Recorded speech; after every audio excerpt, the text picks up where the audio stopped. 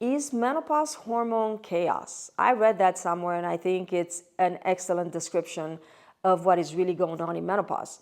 So everybody focuses on menopause, no estrogen. So because of no estrogen, you get all these symptoms. So we're going to fix them by bringing in estrogen. Well, you have to bring in estrogen exactly the way it was before, which the way it was before was perimenopause, so it wasn't ideal and optimal because you had ups and downs and swings. So until you figure out what's your optimal estrogen and what's the best way to introduce estrogen into your body, there will be some crazy swings in your cortisol, in your insulin, and the loss of estrogen will take down your progesterone and testosterone automatically unless you're already there by the time you enter menopause. So there's two other major hormones that women ignore all the time. They heard about it, they know about it, they're like, okay, I probably got adrenal problems.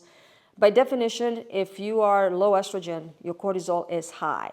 So you will have a state of stress that you live in due to the vasomotor symptoms, which is the hot flashes at night, the poor sleep.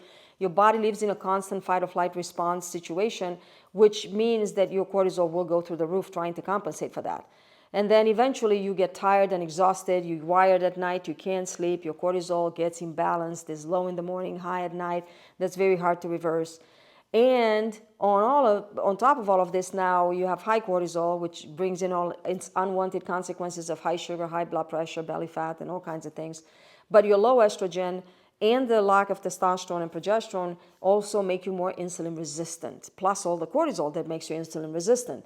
So it's like ripples in a pond. So the rock is the loss of estrogen creates all these ripples.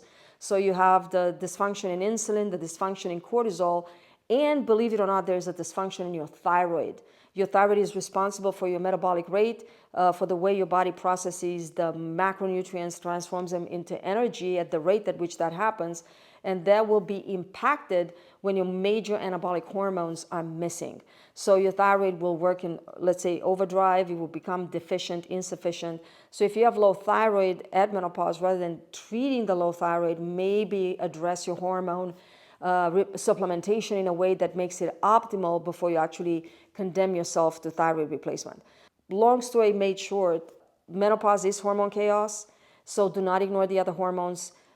If you go from bad hormones to excellent optimized hormones and you make like a complete 180 turnaround, you feel great, your other hormonal dysfunctions will probably autocorrect pretty quick.